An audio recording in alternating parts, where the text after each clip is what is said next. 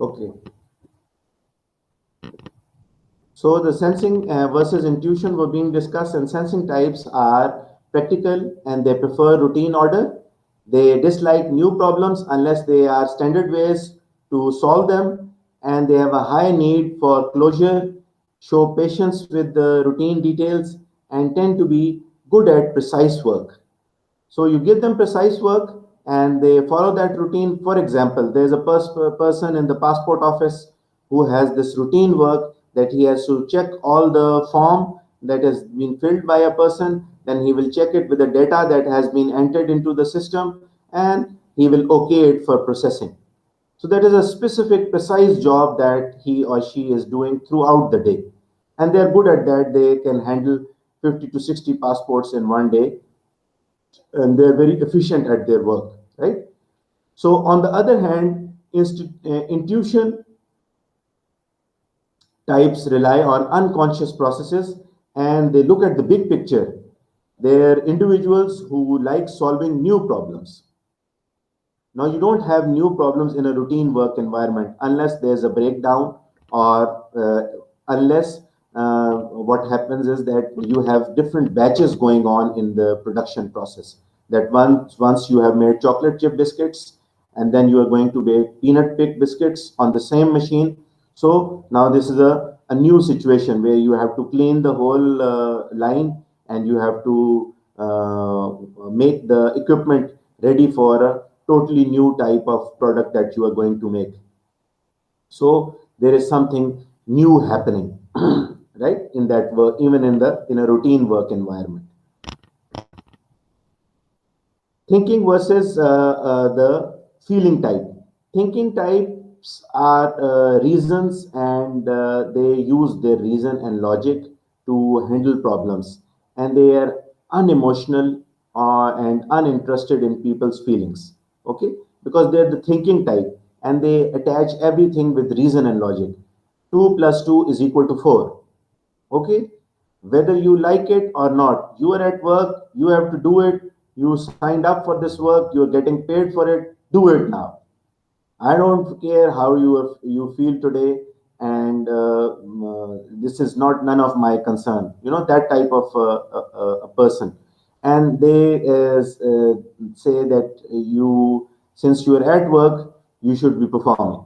Simple as that. So the thinking types use reason and logic to handle problems, and they're unemotional and uninterested in people's feelings, like analysis and putting things into logical order. If there are few people for the job, they would assign two more people there, right? To so that because logically it is not like coming, it is not making sense that four people can complete this task in 2 days. So you have to increase the head count to six. If you have to provide them with certain tools, computers, and any other software that they require to make their output more effective, so they will do that, right? And so they like analysis and they like putting things into logical order. And they may seem hard hearted because they don't have any feelings for how you are feeling at this point in time. Your friend is in the hospital, so you are tied up and your thoughts are with him, and you don't feel very good. So they would not be bothered. They would say that you are in the organization and you should work 100% for the organization and produce results. What I do is that if that hospital is close by, you give him a half an hour break or a 1 hour break, right? And ask him to go see your friend and tell him that you would be at work. So I will come back and see you in the evening again, right? So go and spend some time, 5 or 10 minutes with your friend and see how he is now, and then come back and give your full attention to work. So this works, right? Because you have to have this feeling component in you. Otherwise, he would be a sitting, robot there who would not be producing on at his full capacity. So If he goes and meets his friend and then comes back and puts an hour extra at work and completes his work, then it's fine that you have walked two steps towards him to make him realize that the company feels for you, the company realizes that you are in a shock state, and but the work also has to be done on time. So you have to work something out in that situation, because that is a particular situation. He's not going to be feeling the same way for 365 days in a year. Okay, so feeling types rely on their personal values and emotions, and they're aware of other people and their feelings, like harmony, need occasional praise, and they dislike telling people unpleasant things. So if you praise somebody who is doing well, then that energizes them to do better work. Judging is and versus perceiving. One is the person who judges that this is a bad person, and then there's another person who perceives and another person by looking at their actions, that what type of a person would he or she be. So judging types want control, and they prefer their world to be ordered and structured, right? And this works in certain environments where you are working in adverse conditions, and there is no option for doing your own thing, right? So if an army it is advancing in a jungle, and they have to face all sorts of different difficult terrain, right? And they cannot even have their food properly to sit somewhere on there's no dining table there, right? And then the enemy fire is coming from across. So their manager, who is the captain or the major, he just orders them to keep on moving forward, no matter what the condition they're facing, even if there are mosquitoes in the jungle or other flies that are disturbing them, you just have to keep on moving forward. So there are good planners, people, and they are decisive. They are purposeful because there is a purpose that has to be attained, and they are exact about what they want to do. They focus on completing a task and make decisions quickly, and want information necessary to get a task done. Okay, so if there's a gray area where they do not have information, they would like to have their hands on that information so they can take the decision quickly. Even if they don't have 100% information, they can even take decision on 70% information, because they are that type, because nobody is going to come and feed them that particular information that they require.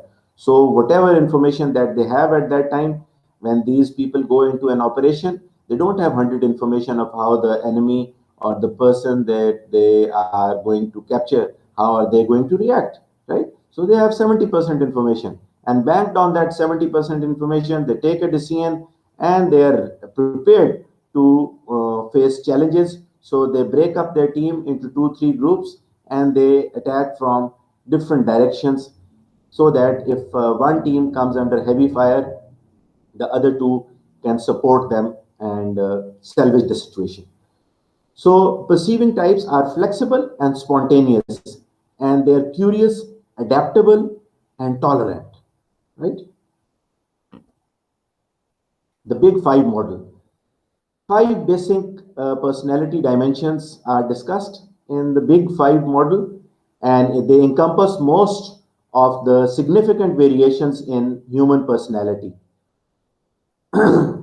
The five personality traits in the Big Five model are: extroversion, number one, the degree to which someone is sociable, talkative, assertive, and comfortable in relationship with others, right?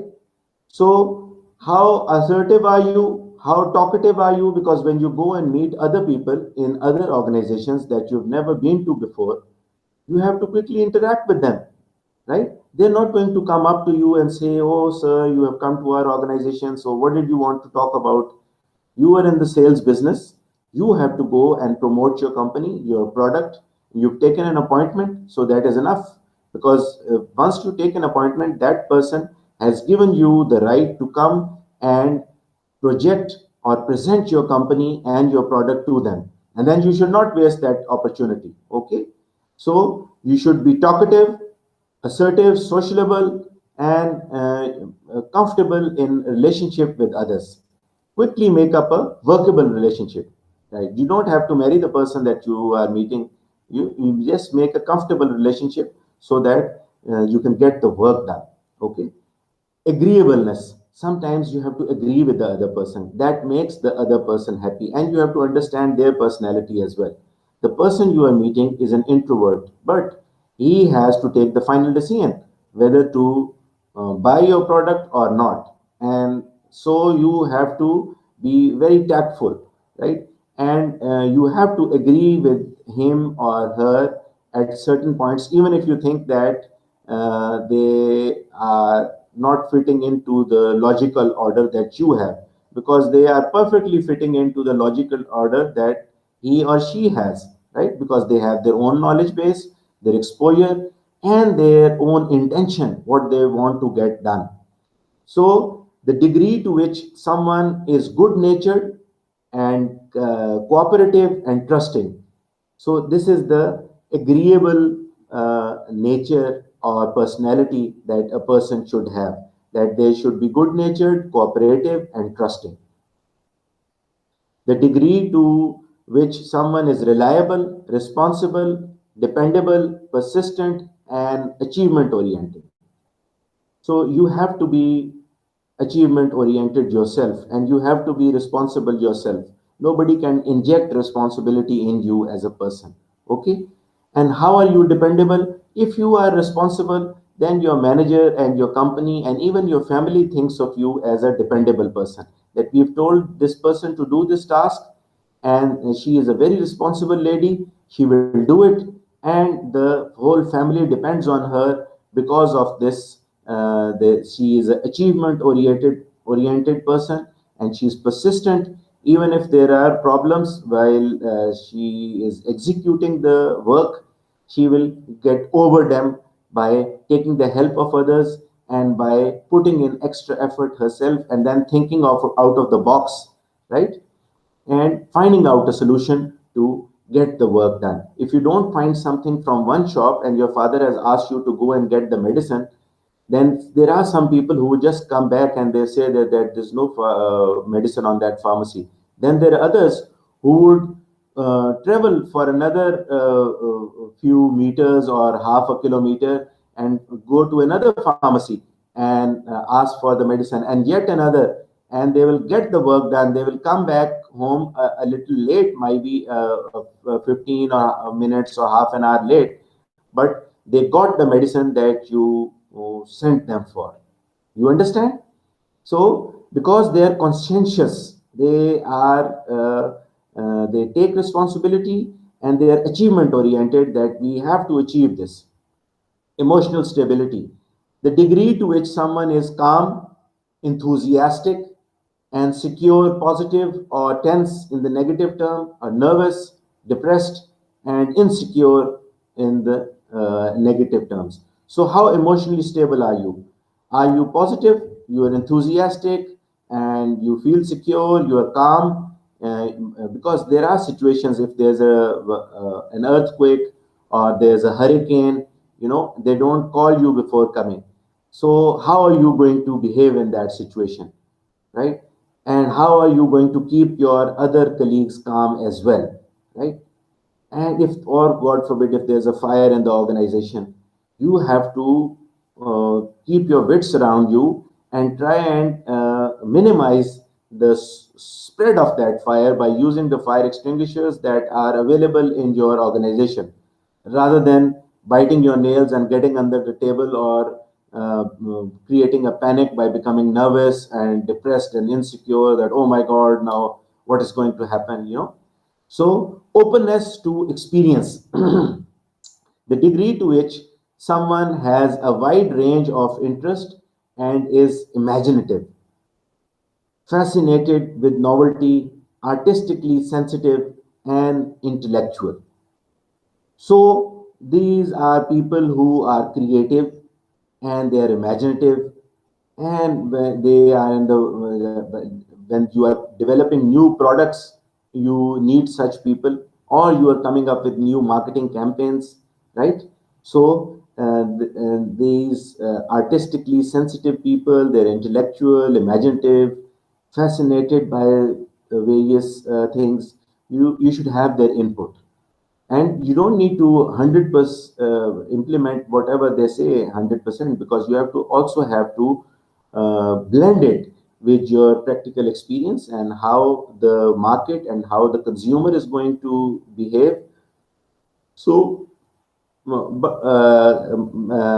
blend all these things together and come up with something nice. And then when you have developed that advertisement or that marketing campaign, do check it with a focus group and have their opinion, right? So that that's why we do A/B testing on the internet as well. That we make a clip of the advertisement that we have produced, and we display it on the internet to in order to get feedback from different consumers about how they like that advertisement, or what are the things in that advertisement that they do not like. So sometimes you just dish it out on the worldwide net, right? And everybody can see it. And then there are other times where you have these 500 people that you have selected from various walks of life, various knowledge backgrounds, and they are a mix of your society, right? But they are you have found them to be very expressive, and they would let you know how they feel about that advertisement. So you only send those clips of advertisement one by one to this 500 selected group of females and males of different ages, living in different areas, working in different environments, having different educational background, and so on, right? Primary leadership styles are autocratic style, number one, authoritative style, pace setting style, democratic style, coaching style, affiliative style, and laissez-faire style. Now, there can be many other styles as well, right? But when we are looking at how things are done in the modern organization nowadays, because this theory was developed 50 years ago or maybe even earlier, right? So things change, people change.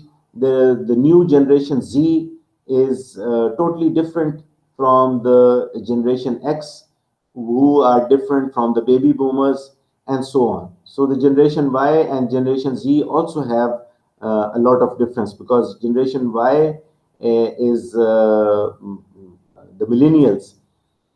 They like to do things, and they are a very action oriented and result oriented, whereas this generation Z, they have a quite relaxed approach towards life. So not everyone is like that, but generally speaking. So now we are going to study the 7 common leadership styles, and they are not the one and only styles that a leader can adopt. Autocratic style of leadership is do as I say. So if you are a surgeon and you are operating on a person, you are doing an open heart surgery, then you are at that time you are an autocratic leader.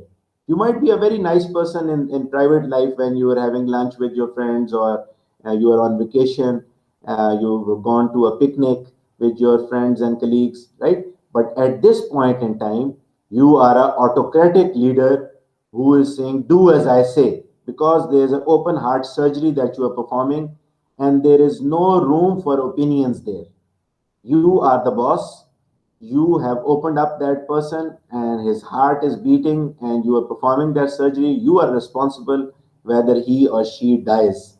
Okay. So generally, an autocratic leader believes that he or she is the smartest person at the table and knows more than others, which is the fact.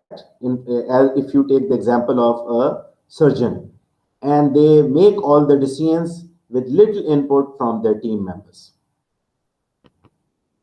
Authoritative style of leadership, also known as visionary. Follow me.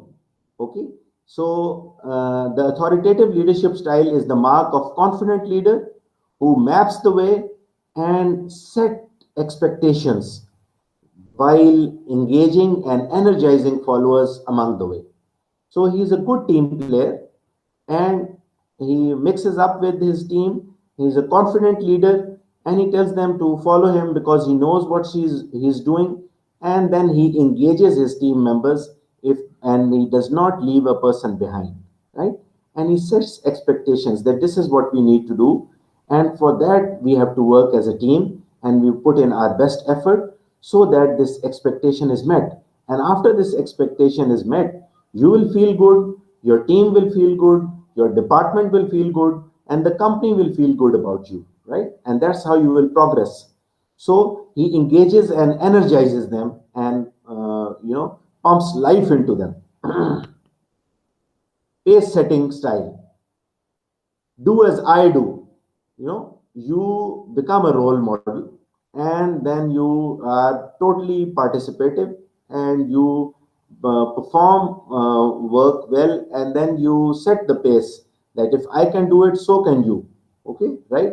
If there's anything that you don't understand, I'll help you understand that, and I will enable you and I will support you to work in this environment. I will, but you have to put in your initiative. Okay, so do as I do is the phrase most indicative of leaders who are pace settings and who utilize the pace setting style. And this style describes a very driven leader who sets the pace, as in racing, and pace setters set the bar high and push their team members to run hard and fast to the finish line, right? An agile leader, very active person. An agile leader style may be the ultimate leadership style required for leading today's talent. Coaching style leadership is you tend to have a considerate approach, and you consider this approach. A leader who coaches views people as a reservoir of talent to be developed. So he looks at this person that these are the new persons who have been inducted into the team, and they are a reservoir of talent which needs to be polished and groomed so that they can become the best players in the world. So the leader who uses a coach approach seeks to unlock people's potential. Right? If your students say that they cannot present, you have to enable them. That okay, just make 2 slides in the beginning and try and explain whatever I have just explained to you. Okay, and then you help them grow further, and then you take them up to 10 slides, and even if they are shy and even if they have mistakes in the beginning, and if they are nervous, you try and coach them to come out of that fear, that shell, and become good business managers. Democratic leaders are more likely to ask. They are consultatives. They ask people that okay, this is the task at hand. What is your opinion? How are we going to handle this task? And I need your input on this, right? So he takes everybody on board just for half an hour, not for the whole day. But then everybody is participative and they're attentive, and then they learn from each other. And finally, he tells them that okay, after having this discussion, we have come to this point that this is how we are going to do complete this task. Okay, so everybody is on board. So what do you think? This is the approach. What do you think about this problem? How are you going to solve it? Can I have your opinion on this? Okay, So they share information with employees about anything that affects their work and responsibilities, and they also seek employees' opinions before approving a final decision. The laissez-faire leadership style is the opposite end of autocratic.